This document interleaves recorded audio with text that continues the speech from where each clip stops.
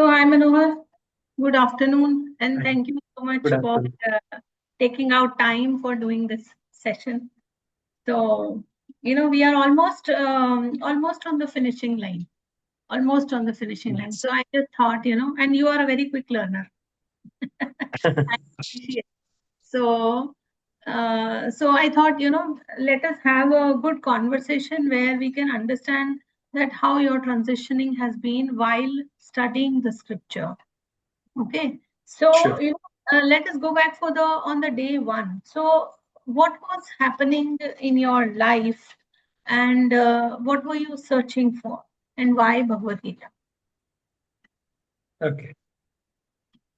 Okay. Why I'll answer the first one. Why Bhagavad Gita? So this is like has been always been fascinating me because like I was always intrigued to know more like what exactly is the yeah. At the high level, I know the story which is says like there was a conversation between two persons and at the superficial level, whatever we see in the movies or whatever we see from the serials and those kinds of things, we do know some kinds of conversation, and it is very helpful conversation for sure. But then I just wanted to know in deep, like what exactly is this? And I have been following you since I would say 2023 or something like that, maybe, wherein you have been posting content on LinkedIn, and we've also exchanged many times conversations on LinkedIn. And in fact, I even remember one time just calling you and all those things. And the time when you just I joined your community and you posted this thing. So there was why reason it is like I was going through a phase wherein I wouldn't say like I was struggling as such, but I was in a turmoil wherein like everything was getting mixed up, like in terms of personal, professional, everything was getting like in a muddled, I would say that is the word. And I thought maybe this is the solution where I can find it, and that is how I joined. So thank you so much. And honestly, so what did you expect exactly from the course? Has anything surprised you as yet? Okay. Uh, what I expected was from confusion to clarity.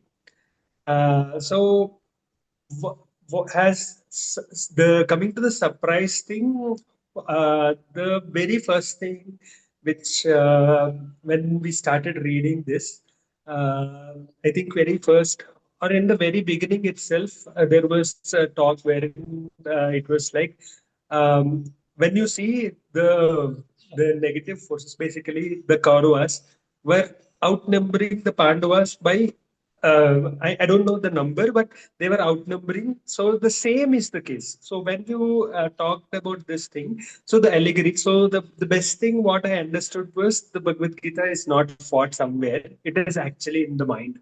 So initially I thought, how is that possible? It's not correct and those kinds of things.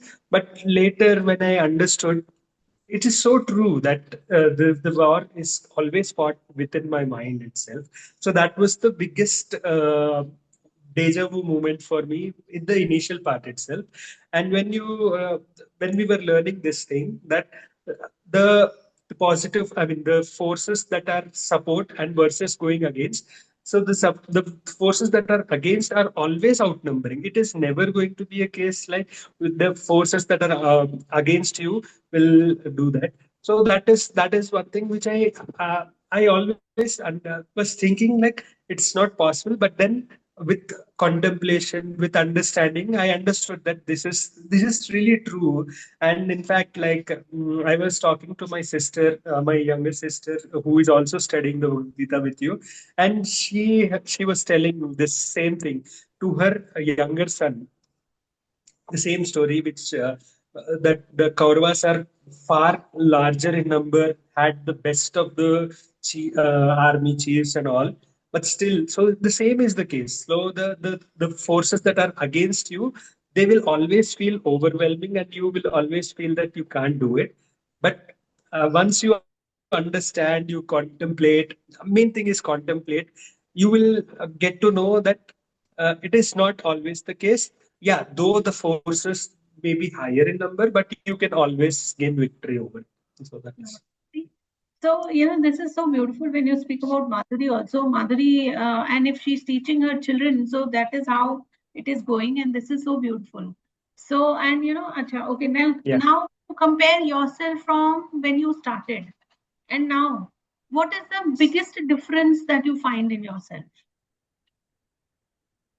Okay. So the biggest difference I would say is Internal, previously when I mean to say something, yeah, internal transformation, yeah, internal change. yeah, internal, yeah. So internal transformation, like I was sharing with you in our calls, one thing was I had this unconscious habit of attracting a feeling of guilt, right? So it could be either from my partner or from the work friend or anything, right? So that is the one thing which I was unconsciously doing, and I was feeling bad that I'm why is it that even though I'm doing that small mistakes, that thing, right? So now whenever I go into that pattern, right, I'm at least now I'm able to observe. Okay, and I went into that pattern of attracting guilt, right? So now I don't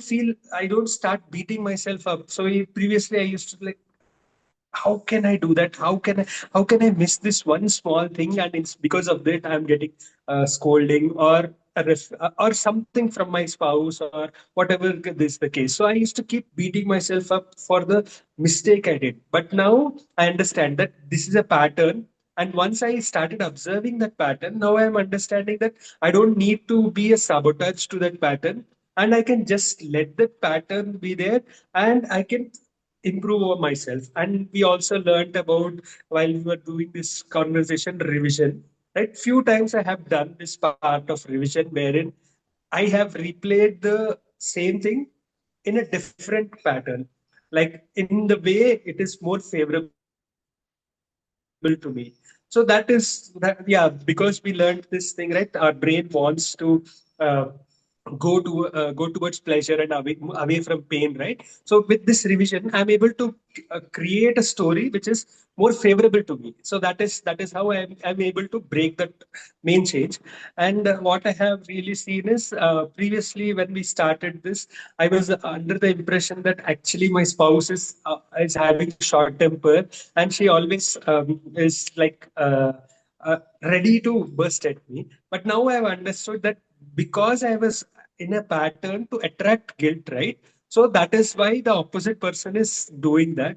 And now I've stopped feeling that guiltiness. And that what I have really noticed is my wife has stopped uh, like do reacting the way she used to. So it's instead now she's in a playful mood, she's reacting. So that is the change. That is what I would say. It's a big shift, I must say. It's a big shift, and you Yes. get self-aware more and more. See, we there's a big learning for the people who will be seeing here, that we are always complaining outside of something or the other, people, places, situations, but the real reason lies within the self. Correct. Right. So beneath the issues we are facing, like you were talking about guilt. So, it is not that you are attracting guilt. It is that you are carrying that guilt. That is why you're repeating a situation. Correct. Okay. So when you say you are attracting, it is again, you are again calling something in. So that is why I'm correcting you. You are Yeah. there's something which you are carrying, which is like a display mode. Okay, so Correct. the moment you go in guilt, the moment you're realizing that you are not guilty. So we are, in our childhood, we are often blamed for something not being enough for somebody or Yes. the other. So that is where we are always like, performance pressure is very high. We always Correct. need to perform for something. So maybe the children listen, maybe the youngsters listen to this video. It is going to really help that, the performance pressure we are putting off as if something, everything should be you should need to be perfectionist. I have gone through this phase along, and it was like I was always doing all the work because of my perfectionism habit. Because you can't rely on people wo acha karenge ki nahi karenge, and then there is a guilt, and then there is a always expecting much more from you, and then again self sabotaging. So that becomes a nature of unconscious habits we all are carrying. So thank you so much for that. And now it comes about, is there anything about the way I teach that had helped you understand Bhagavad Gita better? Yeah. So yeah, definitely yes. So one thing is when you learn with examples from someone else's life, you will be able to relate these concepts much better. And the other thing where I got so many aha moments is uh, when you actually asked, like, what is the, say, like, for example, we were talking in the previous conversation of how. Uh, I feel bad, right? So when actually you were showing, basically you were showing me the mirror, like how you are behaving, right? So because I was behaving that way, so that was a very big turning point for me because. Yeah, when we learn from, of course, we learn from others for sure. But once we are able to identify ourselves with our unconscious patterns because like we all know everything our subconscious mind is very powerful and it does all these things automatically, Yes. but the way to break these patterns is to understand, to identify. So like we talked about the sakshi, like being a witness to your story, right? Once we are able to witness, we are able to understand, oh, so this is the reason why I was going in this pattern. So it's just about changing my story, right? Once I change my story, it becomes a different story altogether.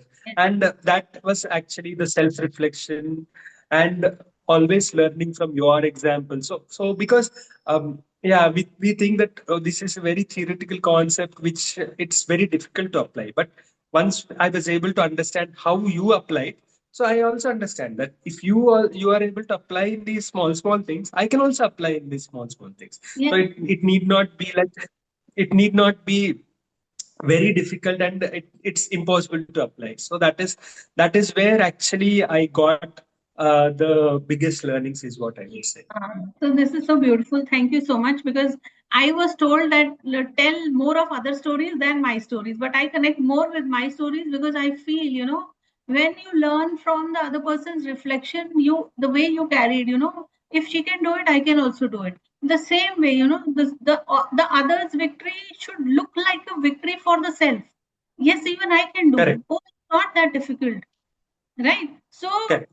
studying by the self is sometimes, you get lost, but when you are studying with group, with more examples, with more victories, you become more empowered. Acha, it was not that difficult. So because, Yes. people actually don't pick up the scripture easily. They are Yes. always dependent on something or the other, or we can say, um, or some old age. They are waiting for that old age ke tab Mhm. uthayenge, hai na? Yes. The scripture is kept for that time. So this is where, if people, they think then when they are going to retire, then only they are going to study. So how do you, Yes. Agree. what would you like to tell them, that how, how benefit it is for the daily life, and how it is impacting everything, and how beautiful it Yeah. is to study the scripture. So I would just like you to recommend, just a few lines of, don't think to retire or something, just you have to just put out that Yeah. way. Yeah. So yeah, like you rightly said, yeah, when I was starting this practice of meditation or doing these things, right? Many people were like, "Why do you need to do this at this age when you are Exactly. in your Exactly. young age. I mean, in your youth, kind of. So these are things for people who have retired. But actually speaking, one of the biggest thing what I understood is actually life is effortless. It's not. So we were like we talked about your part wherein we were like brushed to do that. You have to struggle, struggle, struggle. But once you read the scripture, you understand that actually speaking, life is effortless. Only when you come with this plan to understand what, see, like we were reading yesterday itself, and one of, I mean, not yesterday, I think few days back, and one of the biggest thing was it was talking is fearlessness, right? Hmm. And that fearlessness comes only because of ignorance, right? Yes. So that ignorance can only go once you are able to read, right? Once you read that, okay, I need not be fearful of anything, right? Hmm. So once you're like in your working life wherein you are facing a lot of things, obviously you will be surrounded with lot of fear. But once you read the scripture, you understand that there is nothing to fear, because the fear only means you are ignorant, right? Once you start becoming um, knowledgeable, then that fear automatically goes away. And Hmm. once the fear goes away, the chances that you perform at your work or at your wherever, right, you always have the probability to give your best shot. So that is the reason why I would definitely say like you have to pick this from a very young age, so that you understand that there is nothing called fear and it's only your ignorance. It is like the ghost in the post, which is mostly written in that. There are the fear of the unknown. I don't know what happens, because the mind is bound to bring to that something negative is going to happen, something negative, because it is a function of the mind to keep you in a safe zone, right? Correct. So that is what in the youth. That is what in the youth, when we have this knowledge, we start building a life much better, much better. That because it is like you are coming into the realization at the very early stage. And even if you read the Sri Yoga Vashisht, if you would like to continue with that, there also at a moment Sri Ram says, whenever he's finished his education, he says, I am into Vairagya, I don't want to marry, I don't want the kingdom. And his father is thinking, इतना इतनी मेहनत करके I bought these sons, and now they are saying I don't want the kingdom, I don't want to marry, I don't want this. So that is the reason when Rishi Vashisht was brought to him to bring him to the right knowledge that from the youth, when you start, you have everything. Everybody has everything inside them, but unless you explore that potential of what you have to do in this lifetime, it goes directionless.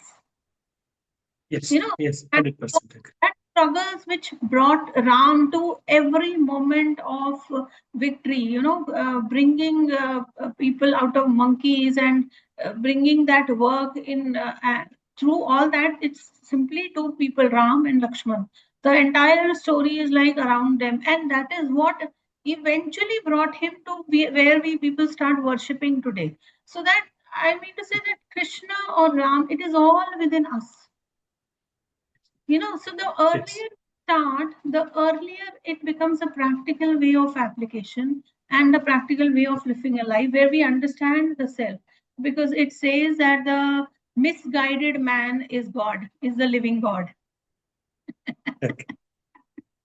Right? So to understand, thank you so much. I just wanted to have a recap so that people who want to study, or if they are somewhere skeptical of picking up that scripture once in their lifetime, where they think that it is not possible to understand the self, it is not. That is the breakthrough they are going to get through you. And thank you so much for your time and efforts for joining us. Thank you so much. See you in the evening. Thank you. Yeah, bye.